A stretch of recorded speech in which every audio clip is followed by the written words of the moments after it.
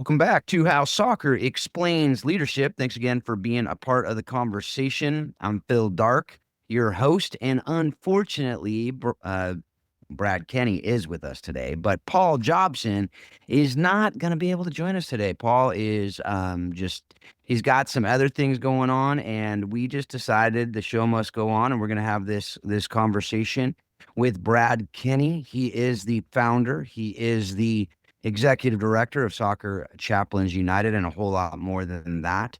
We're gonna have a great conversation today. It's gonna be just going over how he founded that organization, what he's doing, and a lot of the leadership lessons and other lessons he has learned along the way. So, Brad, how you doing, man? Oh, I'm doing great. Got a little bit of a cold, but it's okay. It happens around this time of year, and it happens when you have kids. So That's Yep, absolutely. I I bet. bring group and school stuff back with them. So Totally. Yeah, my son has been, well, last week he was on the couch all week, missing school, and he did not like that very much because when you miss school, you also miss soccer practice, and you miss your friends, and you miss fun and all that. So, it was the good thing was he probably watched so much TV that he's not super excited to watch TV again, there you go. for a while. So hopefully, I don't know. I don't know if that's going to actually happen, but we'll see. We'll see. You can always hope, right?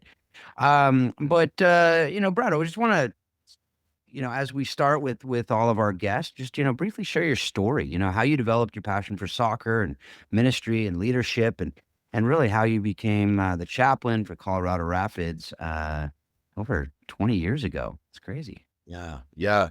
When I tell my soccer story, I say it's a very unassuming story. I don't have many claims to fame or much success. I grew up as a kid, born in Denver, grew up in Arizona though, and I played AYSO soccer.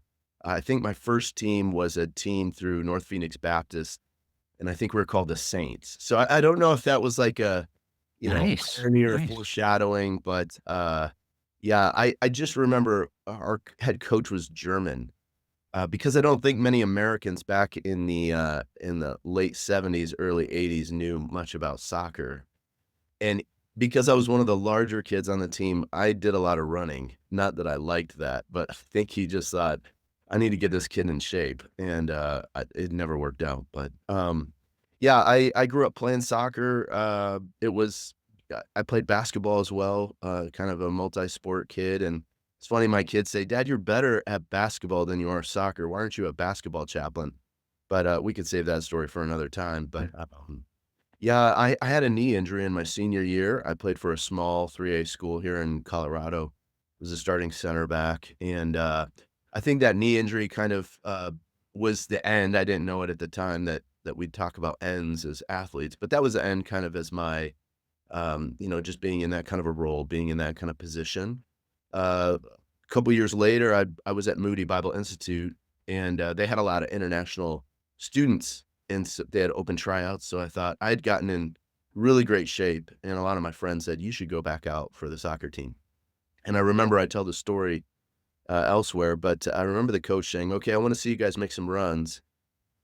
And I just kinda had this blank stare in my head, like, I went through all the coaches, all the dads that were kind of, had coached me through all the years, and I was like, "Did anyone ever tell me to make a run?" And, so I realized something. I realized I really wasn't probably cut out for soccer. I went after that one tryout session, and I said, "Coach, I'm a media student here at the school. How about I film the team rather than go out for the team?" And he was so gracious. He's like, "Brad, I think that'd be a great idea."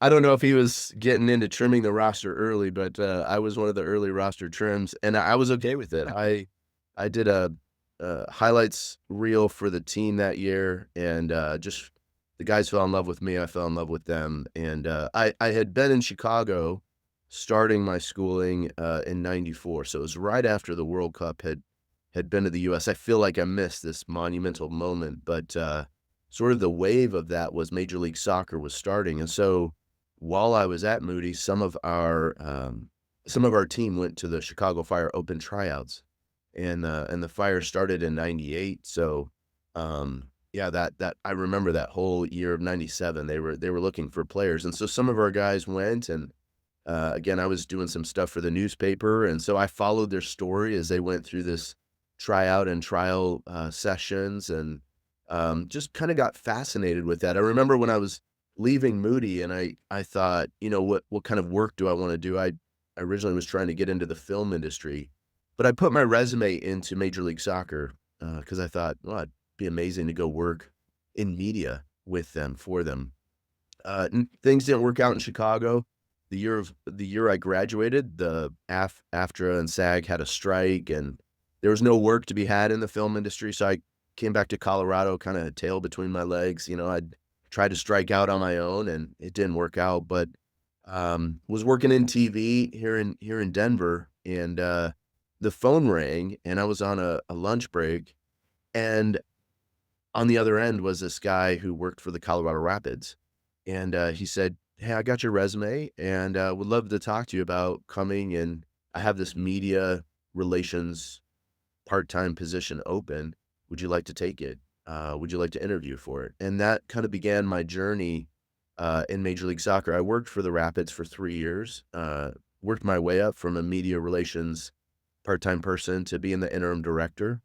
And, had just kinda realized at one point I didn't wanna live life in a stadium every weekend. I was Mm. soon to be married, so I realized the pressure of being on the road, being at home. I just didn't want that.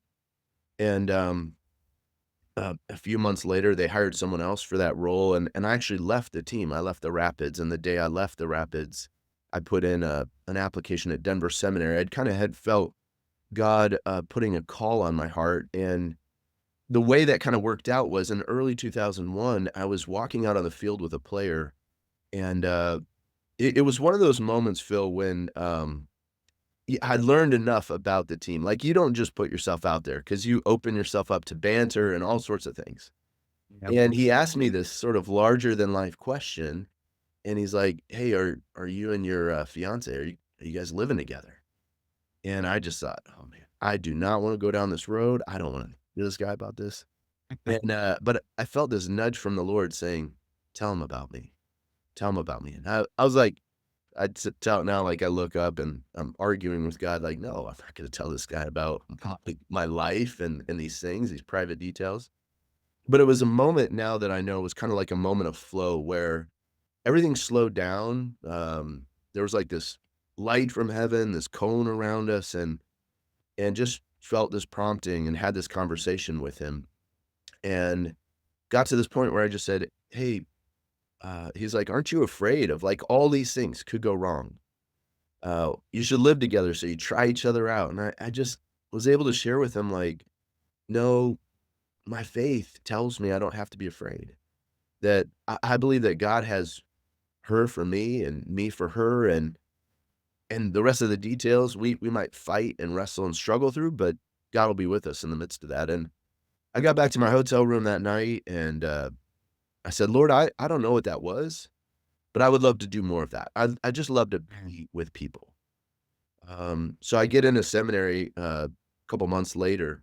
9/11 was my first day of seminary, just to give a frame of reference. It was amazing. I thought the world was over, and I had just spent all this money to go to school, but God did some things through that, and a few months later, I ran into the head coach at a restaurant of the Rapids, and he said, "What are you doing now?"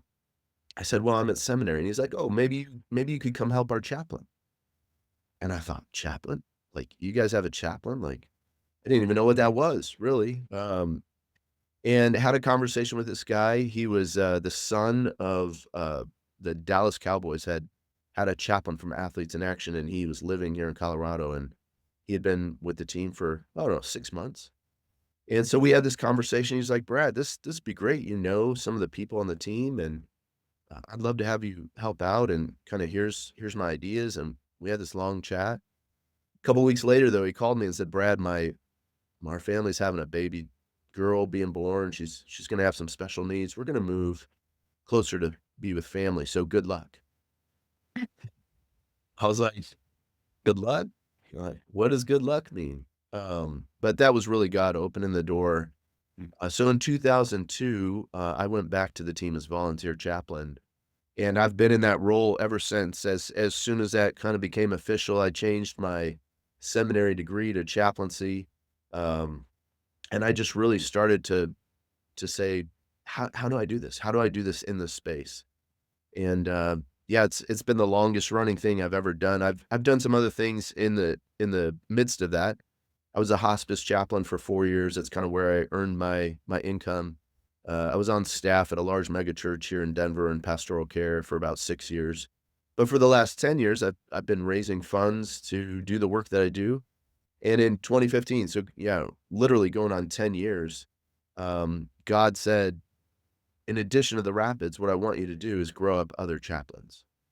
And by then, I think I've been around the league maybe 10, 15 years. So it's a very transient nomadic culture. So people move everywhere. And I had served some people really well and was still serving them, loving them, caring for them. And it just started to create opportunities to go seek other chaplains, other people like myself who maybe they were a vocational pastor and they had 10, 15 hours a week to kind of give to this other work. And so in 2015, that really became the new burden and new vision was to grow chaplaincy, not just grow it for the Rapids, but grow it throughout soccer as God would allow. And that's kind of there's iterations of the story and the way I tell it, but that's kind of where we get to today. No, I love that. I love that. And we'll get more into the chaplain role and what you're doing and what that looks like and some great stories from that, which I no doubt you have. You already shared one of those. What a cool opportunity. And just even for confirmation for you as well. Like that's so cool. Because no doubt it had an impact on the other side as well. There's always another side of the story, right? But we won't get that today, unfortunately. And that would be really cool if I said, "Hey, Brad, look who we have." Who can, but we don't have that today. But what is your personal why? Your kind of your purpose, and how are you living that out? I imagine I know how you're living it out, but love to hear that, from you and just, why you do what you do. Yeah, I think, even in the early days of starting the work, I said, I've got to have a framework for why I'm working with pro athletes.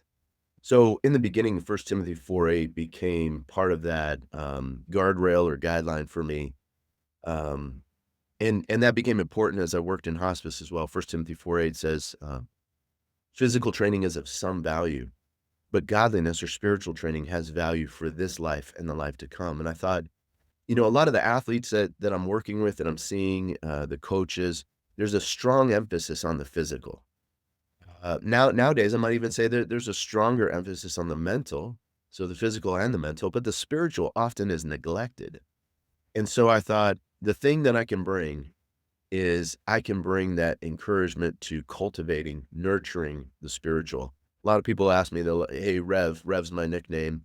Rev, do you kick around with the guys?"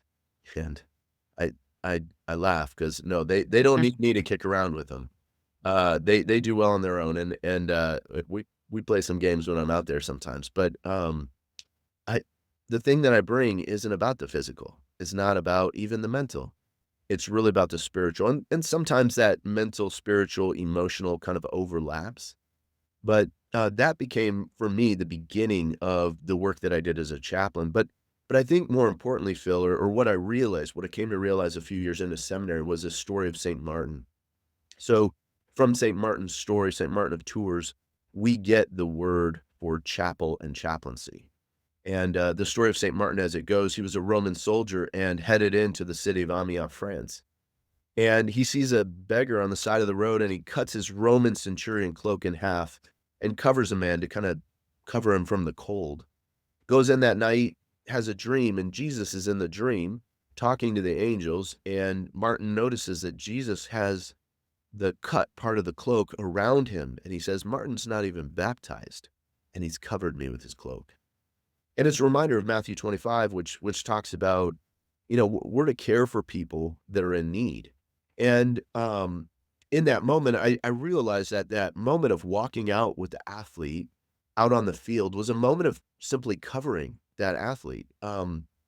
It was the Lord saying, "Hey, tell him about me. Tell him about how your faith in me lets you live without fear, lets you live with a certain kind of confidence. I mean, he had confidence that the guy had played in the Bundesliga, he traveled the world, but I knew this, because I knew his story. He didn't have a father figure. He didn't have a person who would probably talk to him and be authentic about faith or life or any of these other things. It's just a mix of pro sports. You're always trying to prove yourself and prove your worth. And, so I look at that St. Martin story, and I've had to wrestle with for years, like, God, am I in the right space? I mean, most of my seminarian fellows and colleagues are pastoring a church. Like, what am I doing? And sometimes I wrestle with that, but I go back to St. Martin's story, and I've even had to go and say, yeah, but where does St. Martin's story, like, it can't just be that story, and so I go all the way back to Genesis 3 when God encounters, the first parents in the garden, and in their vulnerability, in their shame, in their hiding, he he makes the first sacrifice. He kills the animal, he makes skins, garments of skin to cover them so that they can go through life and survive. And so I've just looked at the story of St. Martin, and there's other covering stories in scripture, but I go back to Genesis 3 and go, this is part of what God's called me to do, is that in as much as I can, walk alongside of people to call out to them, "Hey, where are you?" To find them, and in the point of their need, however best I can, to try to cover them and provide them a covering. So that's kinda my why, how I live out it in it, and, I've told some friends recently, I said, I've done this so long in the pro sport place in soccer, I just can't imagine God having me go do anything else at this point. I think I'd have to learn a whole new language. I don't know that I could do it. That's it's funny you say that. I've had similar conversations in ministry. People are like, "What would you do?" I'm like, "I don't know. I was an attorney for 8 years, but, I wouldn't go back and do that, I don't think. That would" my brother's like, "That would be miserable." Like, Yeah, it probably would be for me." But, that reminds me of, when you talked about that where, the athletes are continually trying to prove themselves, and that's the side of it we don't see, right? Most of the time you don't see that. You kinda see it, I guess, a little bit with now social media, but most of the time it's just they're out there, "What a life, what an amazing thing, and it's gonna just," but then talking to Graham Daniels when I was able to have that interview with him and the achieved identity versus received identity, and that most people have that achieved identity, right? And especially when their worldview is not a Christian worldview. When you have a Christian worldview, you have a received identity, right? But how do you navigate that with, you talking about having players from all over the world, right? I mean, the MLS now has players from everywhere. And with that comes different cultures, different worldviews, different religions, different everything, right? I mean, literally, you and I have interacted with enough people from around the world to know that people are people on one hand, and on the other hand, people's lives are so different just based on where you're born, and the worldviews are so different based on where you're born and what you're raised as, and not having a father, not having a mother, having a mother, like these different things. So how do you navigate that as a chaplain, especially when I'm assuming based on what I've read, you're a chaplain, not just a Christian chaplain, but you're a chaplain to provide spiritual. Obviously, you are a Christian who's a chaplain, but to provide that spiritual direction. How do you navigate all that, and what does that look like?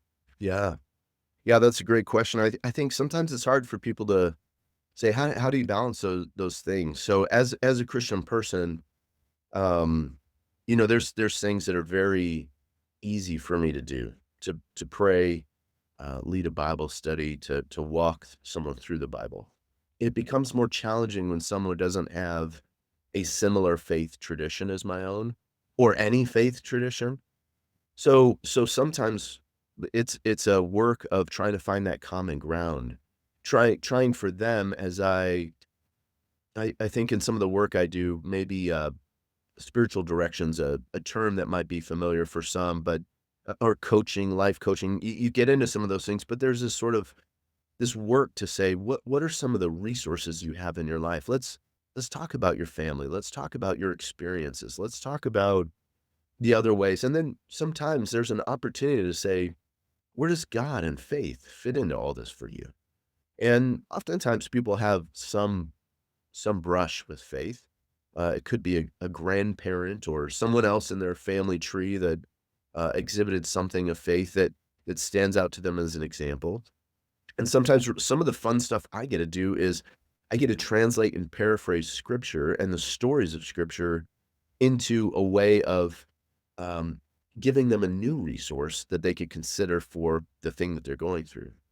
But let me share one quick story. So we had a Muslim athlete, and I knew he was Muslim, and as a way of support, I went to him and I said, "Are you going to observe the fast of Ramadan?" Now, Ramadan in August in Colorado, High Plains Desert, is not an ideal time to not drink water throughout the day, throughout training sessions. And he said, Yes, I'm going to observe, but I'm not going to tell the team." And I said, "Why?" And he goes, I don't want the coach to bench me. I think he'd been our number two keeper, and he had just gotten into the first position, but he didn't want the coach to bench him. So he was going to try and conceal. And I said, how about this, friend? How about, do you mind if I go? With your permission, I will go. Can I advocate for you? And with the training staff and with the coaching staff, can we come up with a plan so you can observe what you can or do what you can? And so he said, "Yeah, you have my permission." So I talked to the athletic training staff first. I said, "What can we do?" And they said, you know, we could probably develop a hydration nutrition plan for him." And then I went to the coaches, and sure enough, their first reaction was, "What? Oh, we got to bench him. There's no way that he can do this." But I was there now with the athletic trainer, and we said, "No, no, we've developed this plan. We think that we can support him. He'll do fine." And then I added, I said, "You know, I've done some looking into this, and he can actually get an allowance from his religious leader, and he can make up the fast in the off season for the days that he absolutely can't miss. And we can monitor it. We can monitor it." And so we came up with a solution, and I felt I should really have the stats of how well we did during that time. August always seems to see a dip here for Rapids, usually in our history, but I think we did okay. You know, and he started like every game. He did okay. I don't think he was injured, but at the end of it, we got together for a meal. He said, "Why'd you do this? Why'd you advocate for me?" And I said, "And I love you. I love you. I care about you." And he says, "Yeah, well, why though?" And I said, "Well, this is part of Jesus in my life." Is just he goes, "Well, tell me about Jesus, because I know Jesus too." And so it was just over a meal, we shared about what we knew about Jesus, and he shared his view and how he understood Jesus to be and sort of the Muslim idea of Jesus, and I shared with him, like, this is the relational Jesus that I know, and you know, who knows? Seed planted or how Mhm. God may use that for some other day, but, I look at that and I look at the fact that I just simply cared for this guy, and I tried to love him as best as I knew, and I think that added in something, and that helped. And so as I work with athletes, many of them come in with this, performance-related identity, and, it's just it's not a thing as a chaplain that, it's not like I'm a coach there and I just directly talk into people's lives. I have to walk alongside of them through sometimes a tragedy or through a low point or even through a plateau. A lot of guys hit this plateau. And so sometimes for me, part of my idea is, can I journey with someone enough wherever they begin in the identity space? And can I help them move? Can I help them move at all? Can I help them move from a sense of performance driven identity into purpose identity? And even I think there's a third level or another higher level in which someone can even understand that they are called. And a calling is, I think, higher than purpose. I mean, yeah, I see a lot of athletes play with purpose. They go out and they say, "For my family members, for my village, my community, I need to achieve and arrive and do my best," and then send back the gifts, of the game and support my family and my community. That's a noble purpose, but even at the end of the day, that's not enough, and so to understand a calling, I think, is so much more helpful for athletes, I've got a former athlete who for years wrestled with, uh, once he was done with the game, if he should coach. And he loved to coach. He loved to invest into people, but he had some words from family members and friends that were always in the back of his mind. And that was, it's a game. It's a game. And so that sort of diminutive way of talking to him, demeaning way, he always questioned, but I feel that I'm called to coach. And so for years, and sometimes I'll get a call with him even now, and he'll be like, "Am I really supposed to do this? Because I love what I do, and it is a game." And we process it again. No, there's a calling here, and you're doing more than just X's and O's and moving people about on the pitch. You are investing into people's lives and investing into the staff, your staff members' lives. You're doing more. There's purpose, but you're called to do this. You've been equipped. And so for me, really the identity conversation is so many young guys begin with this sort of sense of achievement or performance driven identity. And I just see walking alongside of them, how can I help them see purpose and calling as part of their life? And if that includes football, if that includes soccer, great. If it's separate from soccer, great.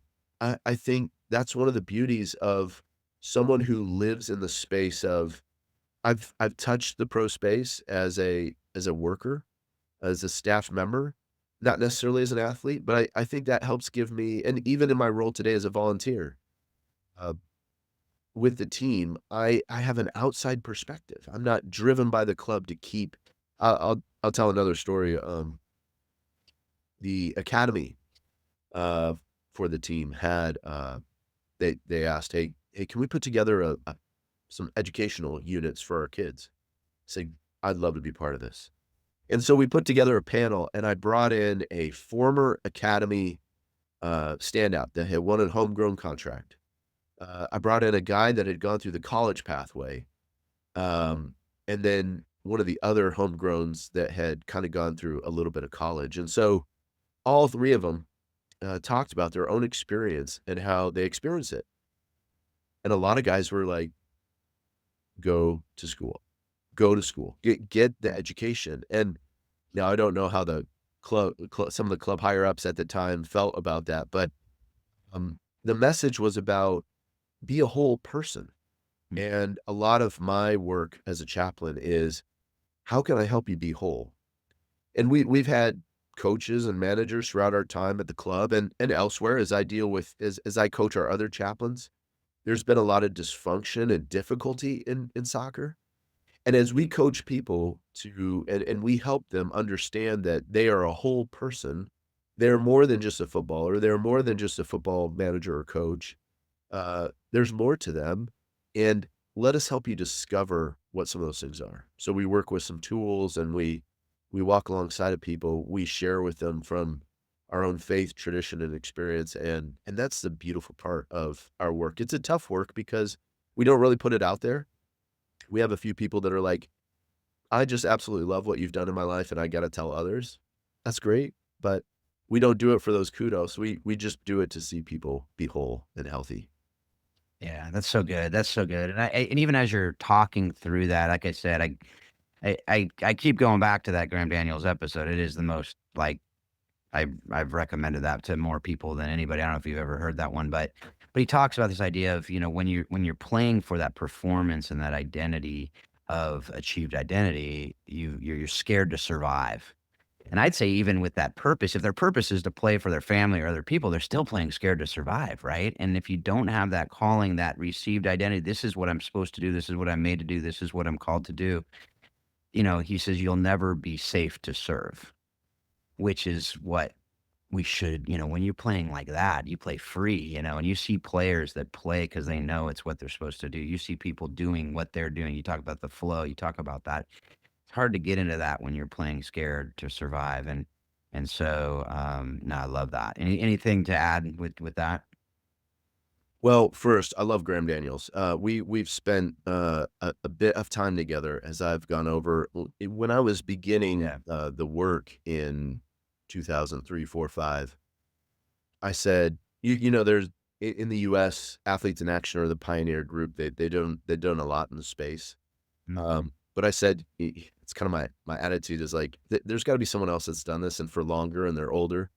So, so John Boyers, Rev. John Boyers was a Manchester United chaplain, and he led, what at the time was called SCORE. Today it's Sports Chaplaincy UK, and he said, come over, we'll go to a game." So I am a United fan. Nice. No, Yeah. it's As we've been going through a desert right now, Yep. um, but John kinda took me under his wing.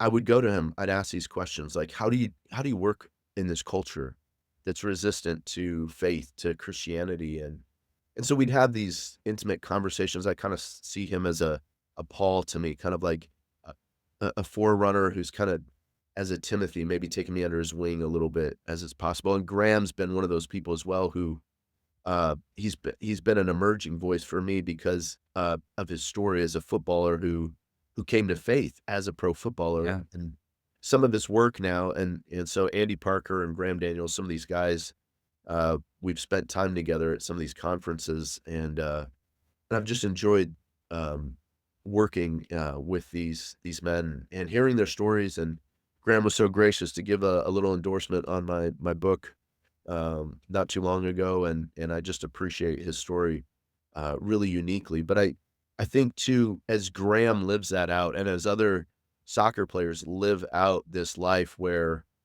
and coaches too, I should say, as they live out this life where their identity when you're in it long enough, and I'm worried about this for myself, Phil. Next year will be 25 years as volunteer chaplain.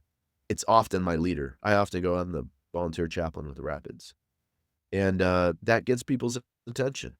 Other things that I say identity-wise don't really move the needle for people to have a conversation with me, and so, I know at some point I'll have to lay that aside, give it to someone else, train and raise up someone else to take that role. How will my handoff go? Because 'Cause I've seen others of a previous generation, pastors and leaders, struggle with the handoff. They don't wanna let go. And whether it's power or identity or comfortability or other things, it's so hard sometimes, I think, when we get to that point. And I just pray for myself that God help me, lay it down when I need to and give it to someone else. And I think we're better served when those things happen because, when we don't, there can be a gap. There can be I mean, not to pick on Manchester United, but, uh, Sir Alex, when he stepped aside and poor David didn't get enough time, I think, Mhm. and then it's just been one coach after another, and who really fits the culture and, like, to understand all those things, it takes a lot. And so I Yeah. think as we think through leadership models, as we think through ways that we engage whatever industry, whatever space we're in, if we can think with the mentality of I'm a steward rather than I'm the principal. I hate my title of executive director because I'm really poor at being an executive director. I'm visionary. I'm administrative enough to be dangerous, but I bet you someone could come in and lead my organization so much better. Yeah. Now, can they have the heart behind it? Can they have the culture, the ethos? Okay, we can talk about that.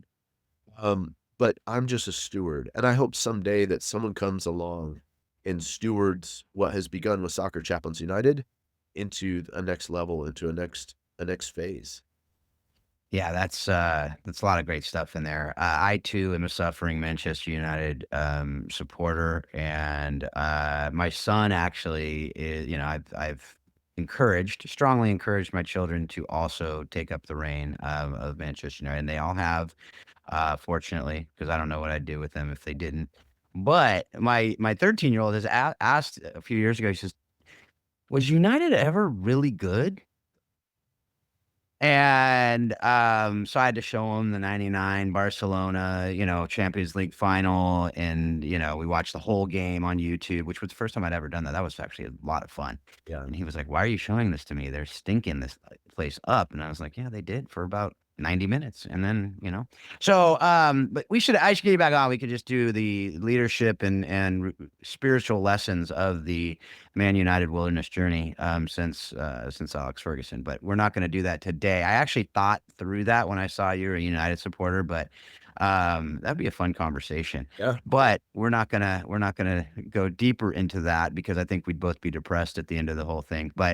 Um, but actually, this podcast, little known fact, this podcast started as a podcast that was going to be, just talking about United and the leadership stuff that was kind of coming out of that. And then it morphed into something else. I'd probably get a lot more listeners if I did that. But I Yeah. felt that what we did is for more of that purpose and calling side of things.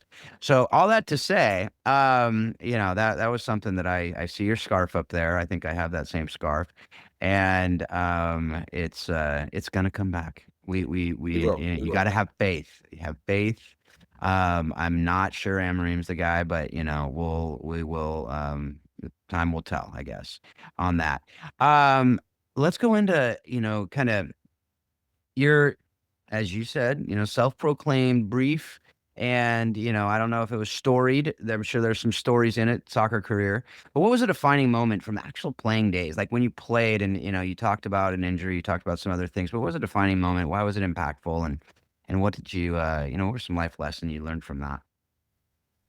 Yeah, I think for me, again, playing in high school, and I played in a day so I spent a significant portion of my childhood in Michigan, and so in Michigan, American football was God, and so most of the boys would play soccer, uh, if they were sort of the American football rejects or if their my school didn't have American football, so soccer became the place where all the basketball stars would go to get fitness, and, um, I just remember a couple things, from my experience in high school soccer. One is the coaches were dads who I don't think they got paid anything, and to not get paid and go sit out with a bunch of teenage boys who really aren't listening, was something, and I look at that now and I go, "What a sacrifice they made," and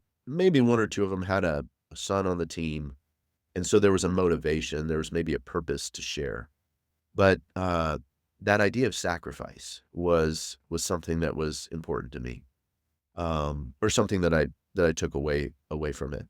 Um, I think too, another lesson that was kinda learned was, you know, I was on the bottom rung at times with the team, and, you develop a camaraderie when you're at the bottom of something, as just as you develop a camaraderie when you're at the top or in the middle, but I remember that there were a couple other guys kind of in my position, and, we were almost like the 3 amigos, but we were out there with heart and in different moments when we got an opportunity, uh differently than and this was, like, in my freshman and sophomore years.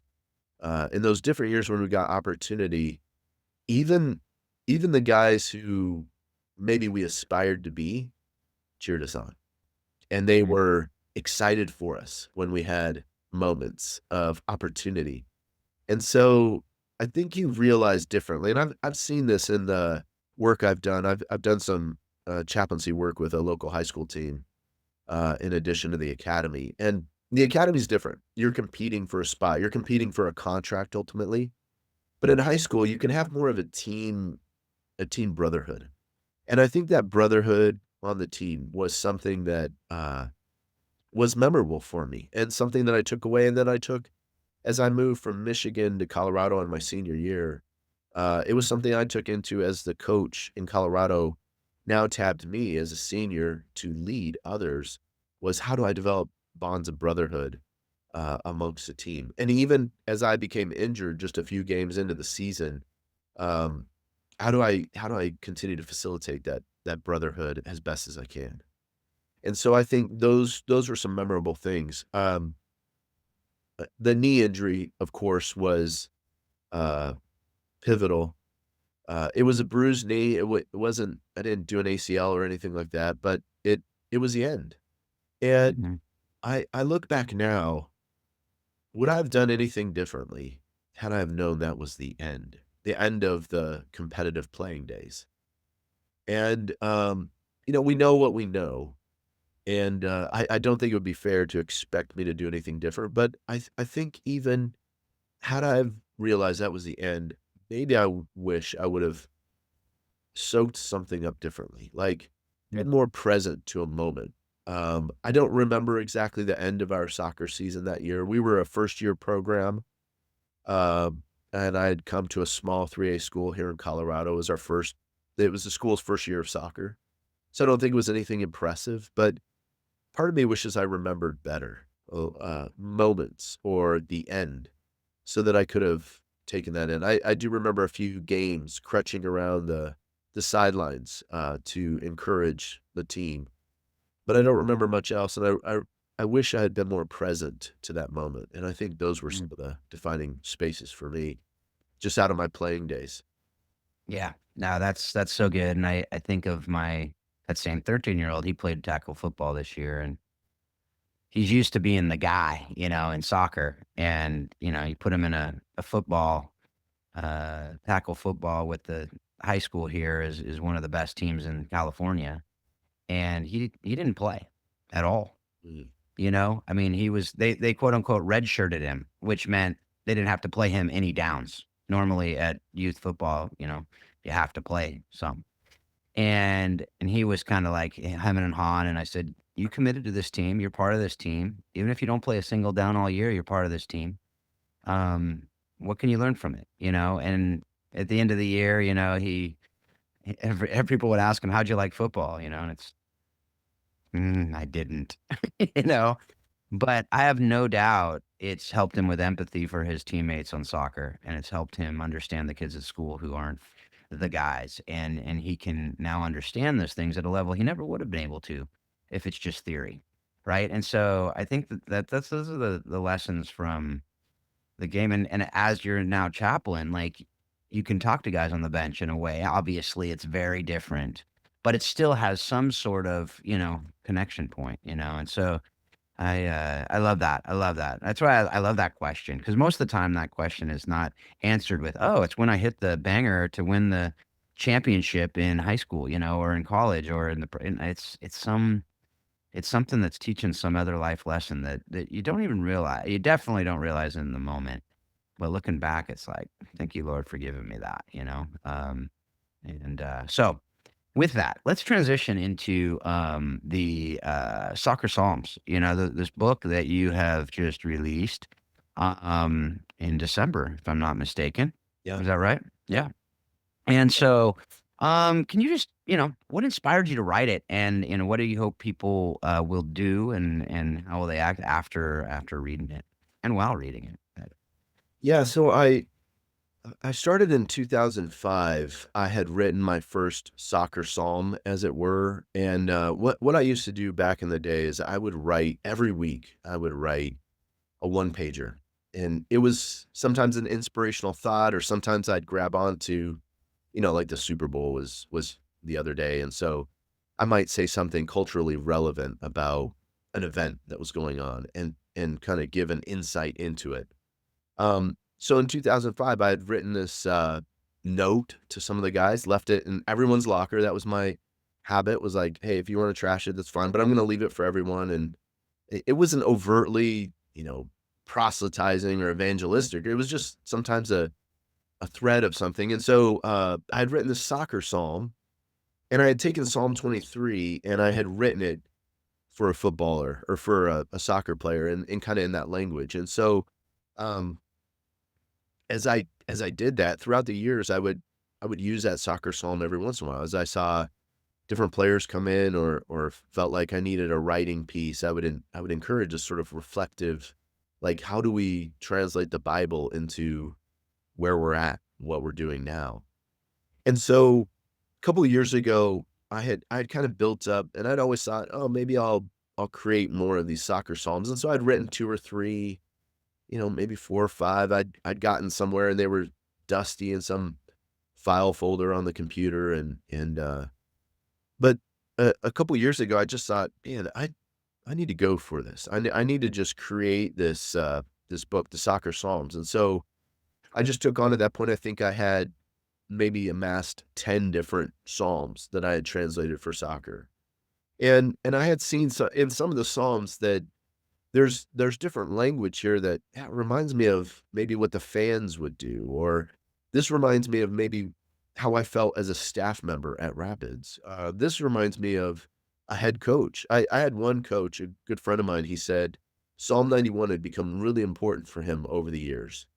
And so I go, "Oh, that's gotta be one that I translate. If it's important for him, let me translate Psalm 91." And so I start out, year and a half ago or so, and I was like, all 150. I'm gonna translate all 150 Psalms. And so, I was looking at how do I organize that though? Because, there's copyright rules around the Bible and quotations and stuff. So I thought, how do I keep it under 500 verses so that I don't have to like go get permission? Because that'll take time. And who am I? No one's gonna give me permission. So, but a good friend said, Brad, just just do a few Psalms. You don't have to do them.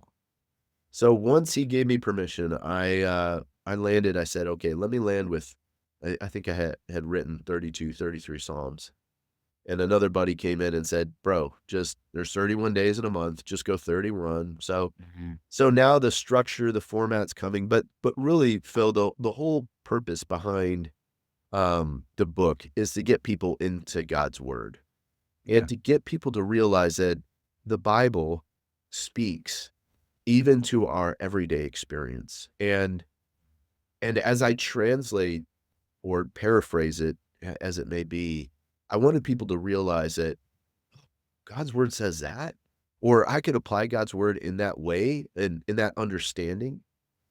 And so as I did the physical copy of the book, I made sure that I had the biblical psalm on one side of the page and then my paraphrase on the other, so that someone could literally look down, read it, and then look over and go back and forth and be like, "Oh, I see why that's that." And that again, I think even in review, I was sharing about Psalm 1 the other day, and, I'll just quickly flip there.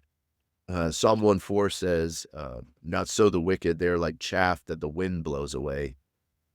I translated, paraphrased it in the soccer psalm, "Not so the reckless player, they're like a mannequin, which is only worthwhile for standing still on the pitch." And I was telling some of my coach friends, I said, that idea of the mannequin feels worthless, but really what I should have done is talked about the reckless player who just goes all over the field and doesn't play according to the philosophy or the game plan and ignores his teammates and just does what he wants to do. So in some of the I'll do a revised version, I'm sure someday. But more so than a mannequin, I may pick up that idea of sort of the blowing around, going wherever you want idea. But I just really wanted to make for the athletes and for the coaches, for a lot of people who don't read the Bible, to create language in a way of situating them closer to something that might appeal to them, and then they get into God's word a little bit deeper. Yeah, that's really the primary motivation for what I'm doing. I love it. I love it. And I haven't read the whole thing, but definitely have read a few of them and listened to a couple podcasts that you've done on them. And but is there maybe one or two, kind of shorter ones, or it could be a longer one, if you that you can share and just kind of give people an idea? You gave a little idea there on verse 1:4, but just share one and we can kind of just enjoy it. Yeah, let me, Psalm 133 is pretty short. Yeah. I just labeled this a victory song. So the Psalm 133 from the scripture, it's a song of ascent. So people would say this going up to the temple, and David likely wrote it. How good and pleasant it is when God's people live together in unity.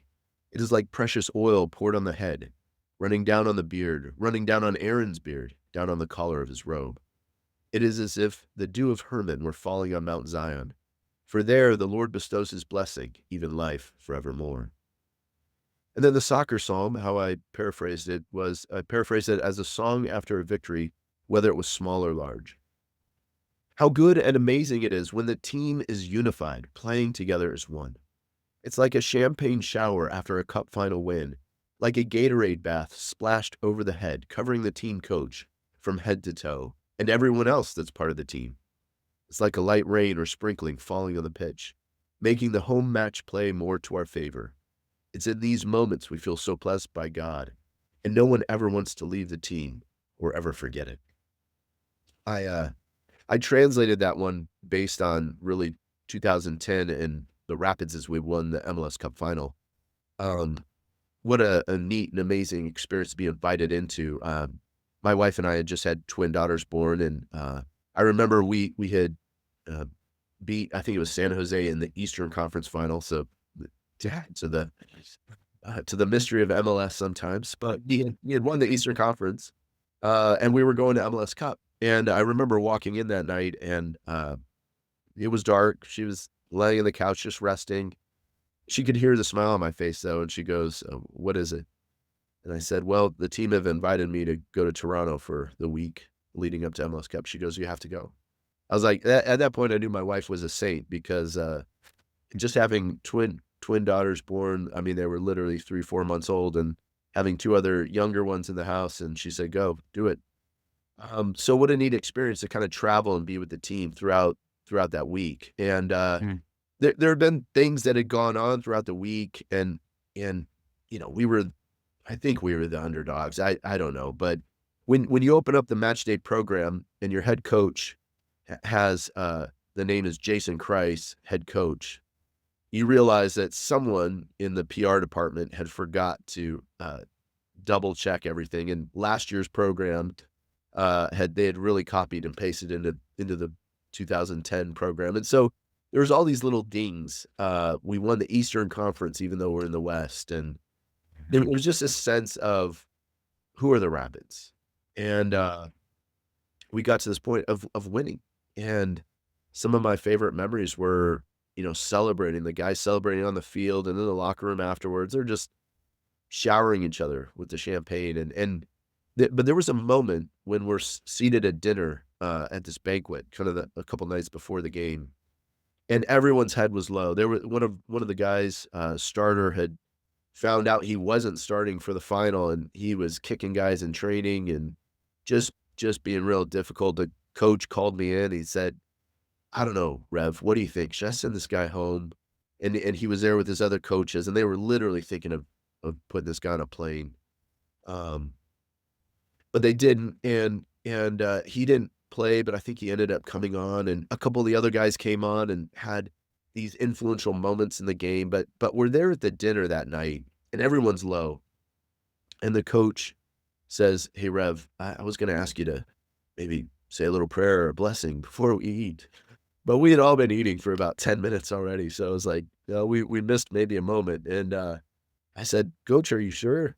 And I remember going up to the captain, Pablo Mastroeni at the time, and I go, "Hey, do you wanna say some words to the team?" He's like, "Rev, that's your deal. That's not mine. I don't do those things," in that moment. And so, yeah, I just stood up in a moment, and I forget everything that I said or exactly how I said it, but, I kinda raised my glass in a toast and said, "On nights like these, uh, way back into time, like, men have gathered around a table like this and shared a meal together before the night of their, most difficult challenge or their ultimate conquest.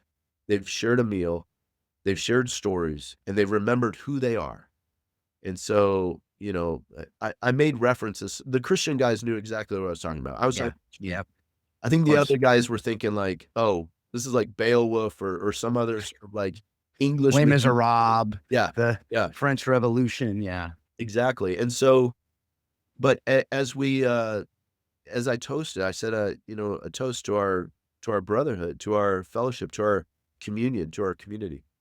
And then all of a sudden, guys started sharing stories and laughter broke out. And it was almost like one of the coaches came up to me afterwards, after we'd won the game. He's like, "Oh, Rev, if you don't do that night, I don't think we win." And I think Mm. it's me too much credit, but the truth was that there was a heaviness on the whole team, and it broke. And as guys broke and were free, as they were lighter and lifted, I think the way they went into that game was so different, so different. And it was just amazing to be part of it. And yeah, I really enjoyed That's one of the highlights. 2010, I say, is one of my most special years. Twins born, win MLS Cup. May never happen again. So, thank you, God. That likely will never happen again. Yeah. I know you're similar age to me, so if it does, God really wants it to happen. So, um, that was the year Wells was on that team too? Yes. Or yeah, yeah. So we just had him on. So that was he mentioned you, and so that was it's all coming together, folks. We don't always tie the podcast together like that, but that's there it is. No, that's awesome. I love that. I love that psalm. That's one of my favorite psalms, and actually I preached on it several years ago. We did all the Psalms of Ascent, and so that's just the unity and team, and I love what you did with that one. That's so cool. That's so cool. Yeah, Um, the other one that was really challenging was Psalm 137, has this line at the end, in the Bible. It says, "Happy is the one who seizes your infants and dashes them against the rocks." And, I was like, "Lord, I don't know what how do to I do with this translate one? that." This is where I landed with it, Phil, is I said, "Blessed is the club that steals your academy athletes. Uh, Blessed are those who put an end to your corruption and your tainting of the beautiful game." I just thought, at least let them steal the academy athletes. I don't know about dashing on the rocks, but yeah, yeah, yeah. You kind of maybe leave that out of the soccer psalms. Maybe God will give you some revelation before the revised edition, yeah, before the new soccer psalms version. yeah, We're gonna have something there, I just thought about how the new rules with the academy players being, full value and losing the one of the best things about the game where the homegrowns, as you're talking about, are playing. It's a sad day. I think there's so much that bums me out about the current game from youth to pro that you lose some of the magic, I think. yeah. I was just reading an article about the not having the FA Cup replay loses the magic of these teams that are, pulling out a draw and then don't get the reward of playing at the I think it was the Tottenham match, and they didn't get to go to play at Tottenham Stadium. And like, that was always those little guys were like, yes, we get to go play at Old Trafford, and we get to go play it, yeah, wherever Craven Cottage or whatever it was. But anyway, man, I'd love to go through the whole book, but we're not going to do that because I want people to buy the book. Where can they find it? Is it just on Amazon, right? You can Yeah, find it on there or somewhere Amazon else. there's, you could buy paperback, hardback, there's an ebook version. I've been in the month of January, been translating it into Spanish, so Awesome. there's actually 3 books or will be 3 books. The Soccer Psalms is kind of, soccer. In the UK, although you could get it here, it's the football Psalms, so I anglicized everything just so our friends like Graham Daniels could actually, Understand it. palate it, it could be You palatable. have S's where there's, Z's, and you Exactly, have the exactly. extra All U that. and the whole deal, the whole It's not a deal. coach, it's a manager, all that, like Yeah. Yes. Ted Lasso. No, Do you use maths? Do you say maths anywhere? Do you have that d in there I anywhere? don't know that I use that. Okay. Probably not. I mean, there's probably not math, but that's Yeah, always but, one of my favorites. oh, no, I may have meds in there, yeah. I Yeah. use the bin, there's one I Nice. people don't tailgate in the UK, so what do they do? Yeah. They go for chippies, Okay. so I had to Yeah, talk nice. about fish and chippies and, yeah, so there's some of those phrases have been changed and then just still working on it in a Spanish translation version. That'll hopefully come out in a month or 2. But yeah, just really again, the point is, can I get people back into God's word? Yeah. I love it. I love it. I'm so glad you did that. Grateful for you. We got a couple more questions we ask everybody. And the first of those is how have you used the lessons you've learned directly from the game of soccer in your marriage and parenting? Ooh, that's a good question. I joke that in the last few years, as I have introduced myself as a volunteer chaplain to academy or to athletes, I tell about my 4 daughters and I say, don't tell the academy boys that I have 4 girls. Um, but joking aside, I think that there's different lessons that I've again kind of translated into ways that I may coach or speak to a parent or into someone who's looking for counseling. premarital counseling or marriage counseling. Um, for example, I talk about a stretcher crew. I ask people, "Who's on your stretcher crew?" And I Mm. say, "When you're down, when you're injured, who are the 4 people that are gonna come alongside you and lift you and take you off the pitch, take you out of the field, take you out of the field of play, and mend you, take care of you?" And so I have people name 4 people, that they can call when they fall down, when they get hurt, when they break. I'll ask, athletes sometimes I say, "Who's in your starting 11?" Or a coach, "Who's in your starting 11?" Name them. They can be dead too. C.S. Lewis is in my starting 11. He's one of the people I'm reading. He's one of the people that's influencing, my work as a chaplain, my work as a husband, a father, all those things, as a friend. Who's in your starting 11? It could be a parent, it could be a coach. Who are those people that and I even play with it a little bit and say, um, give me a formation, give me a lineup. Like, who are your wingers? Who's running alongside of you as you go through this moment in life? And so, athlete transition is a big part of the game these days. Even though there's more resources towards it, I still don't think we're doing it very well, in terms of the overall picture of the game. So I'll ask athletes and coaches like, who's your striker? Who's got your back? Who's defending goal for you? And so some of those lessons I've just kind of translated in. The stretcher crew I relate into the friends that bring the paralyzed man to Jesus in Mark. I think it's Mark 2. Who are these people that are gonna, when you can't go, they're gonna carry you. And so those are some of the lessons. And so I'll take different things that I see in the game and kinda translate them with scripture and life. When I watch games, I attend most home games for the Rapids. I travel a little bit too at their, as they've been gracious the past couple years. But I always try to watch games high up because I understand the game better from a higher point of view. And I see the space. I see and I'll ask people because I still don't understand things. Why did he run there, and why didn't he run there? And sometimes I ask because, I just wanna talk to them. Sometimes I ask because I really wanna know. But in that angle, it's very different from being on the field where the dimensional, sight that I have, the ability to understand what's going on in the game, it's so much quicker down on the field level than it is from up high. And so I think even too that translates into life is that I'll ask players and coaches, I say, "Who's up in the crow's nest? Who's looking down and giving you a 30,000-foot view?" Because you're here in the field of play, you're running so fast, you're trying to manage so many different things.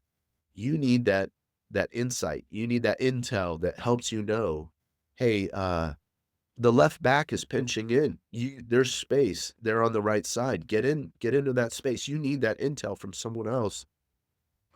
I have a few players transitioning now that have been long time in the game, and they say, "Rev, I don't know what to do. I don't know what am supposed to do." So we start, "What do you know you're not supposed to do?" "Well, I don't Mm. wanna coach kids," or whatever it is. We land on something, and then we start building out, and I go, "Well, here's what I know about you is true. Uh, 1, you're loyal. You have a strong advocacy bent. I see the way that when the years you were a captain, I've seen these traits in you." And so it's amazing when I think some of those players, all of a sudden, something clicks in them, and they go, "Oh, wow, Rev sees more about me than I see in myself."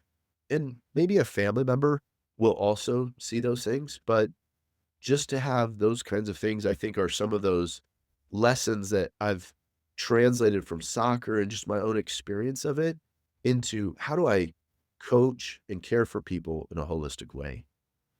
No, I love that. I love that. There's so much good in there, folks. Go back, listen to that last little part. I mean, who's on your stretcher crew, who's your starting 11, the different perspectives. I mean, all of those things are so true, so good. And yeah, definitely check that out. Love it. Love it. Agree with all that.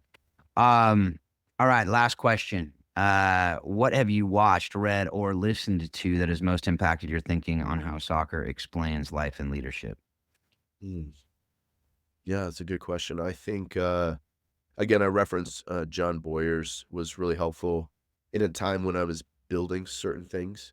The Ted Lasso show was really helpful to, I think, affirm some things. I tell people who watch the show or have watched the show that the Higgins character is probably the most like the chaplain, in the way that I've approached the game, as he invites the athletes into his home for that holiday Mhm. meal. Uh, Yeah. and the way that Higgins, once he gets past all his initial stuff, he starts to care for people. Like, you start to see something in his character. And I think, I did a podcast series, a couple years ago about lessons from Ted Lasso. So that was challenging me from the show, is to give a chaplain's perspective. I think there's some other books that have been helpful and influential, as I go through. There's a book called Footballing Live. So I've read a lot about what other chaplains have done around the game, to kind of influence and see, like, how can I what kind of model do I bring? I think too, some of the other things that have been really helpful for me are, things like, Dr. Henry Cloud, um, and, I can't remember his name right now. Townsend. Cloud and Townsend have been influential, and then, there's another leadership guy that's been pretty impactful. He talks about teams, Patrick Lencioni. How could I forget Yeah. his name? But as sometimes what I do feel is, uh, this story's public, so I'll share it. A number of years ago, our head coach was at odds with our technical director, and I regret that I waited too long, but I finally went to the club president and said, "Are you okay if I try to get these 2 guys to sit down and talk?" And he said, Mm. "Please, please, because no one else can." And I went to each one individually and said, "Would you be okay? Would you be okay?" And we sat down and we worked through a pathway of reconciliation. And I just think if I had started that pathway a couple months earlier, maybe things would have been different and outcomes would have been different for both of those individuals. But the taking and translating work that we know is out there and works really well in business, in church, in other settings, translating pathways of reconciliation or leadership models or team development. One year, co-chaplain and I used the Enneagram, and we took the whole first team and the coaching staff through an Enneagram test. And then we told them, "This is how you guys line up, and this is why you're fighting with this guy. This is why you get along so well with this guy. And this guy, he is your arm around, loving everyone. This is why everybody loves this guy." And all of a sudden, there was this dawning for everyone of, "Oh, here's the tension points in my relationship. Here's why I don't like this guy." And so some of those tools have been really helpful to see a team go on and gel together sometimes, or chemistry is created because you're putting some, what do they call it? The X factor, or the people knowledge, people skills, soft Mhm. skills into the hands of some people who really don't have time to develop those soft skills. Yeah. They have to have Yeah. been learned through time, but no one goes to Arsenal, no one goes to Liverpool on a coaching tour or does the French course. They're not learning soft skills, people skills. They're learning about football and football tactics. And so I think when we can give as chaplains, when we can give those extra things, again, towards the holistic care of a person, the fruit of it is just amazing. Yeah, absolutely. Absolutely. We've talked a lot on the show about, the disc work that I've done with some teams, and man, that it's something that I obviously believe in, or I wouldn't teach it, but to hear the feedback and to hear the stories and to hear the, conflict and that is resolved simply by understanding and seeking to understand, right? Because that's not what we're taught growing up in the soccer world, right? Ever. You never that is they call it soft skills and everyone's like, "Oh, it's soft." No, it's not soft. That's a whole different conversation about how that came to be, but it's a military term, right? And so, it's definitely not soft. It's just they should have come up with a better term or we should change it. But, anyway, appreciate you, Brad. And, real quick before and we'll have it in the show notes, but can you just share your website, the podcast that you do, and, definitely love for people to check all that out as well. Yeah, our website, soccerchaplainsunited.org. Some people spell chaplain like Charlie Chaplin. No, there's an A in there, so double check yourself. But, really our work is to grow and expand, chaplaincy wherever the game would allow us. So youth clubs, pro clubs. I mean, the USL is blowing up right now. So we usually target about 10 teams a year where we want to grow chaplains, and they usually have some association affiliation. And as part of our group, we grow and work together. We collaborate together on best practices, kind of thing. So that website, you'll see some of our chaplains, some of the teams that we work with there. You can get to know them a little bit. Some of our folks fundraise through us. So soccerchaplainsunited.org. The podcast I usually do a weekly podcast from the touchline. The idea is that chaplains, we're ones on the sides. We're not on the pitch. We're there on the sides. Sometimes people view us as a coach, and in some ways we do with the spiritual and life stuff that goes on.